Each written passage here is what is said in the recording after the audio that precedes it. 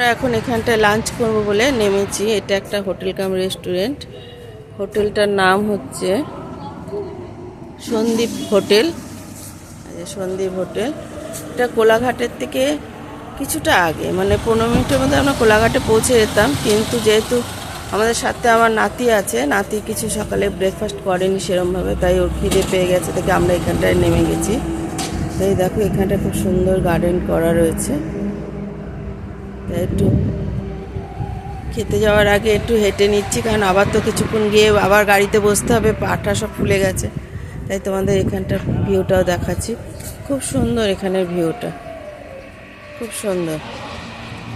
দেখো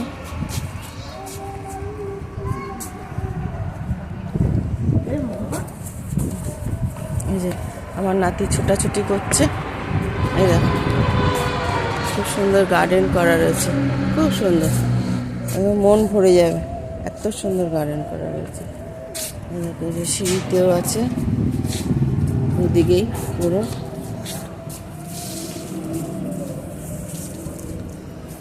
অনেকটা বড় সেখানে।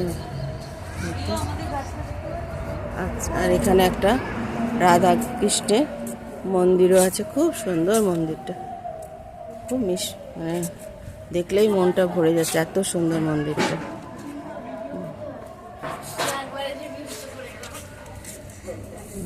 চারিদিকে ফুল দেখো, খুব সুন্দর হোটেলটা। আর সব থেকে ভালো লাগছে ফুলগুলো দেখে, চারিদিকে এত সুন্দর ফুল, এত সুন্দর ফুল যে দেখলে মনটা ভরে যাচ্ছে।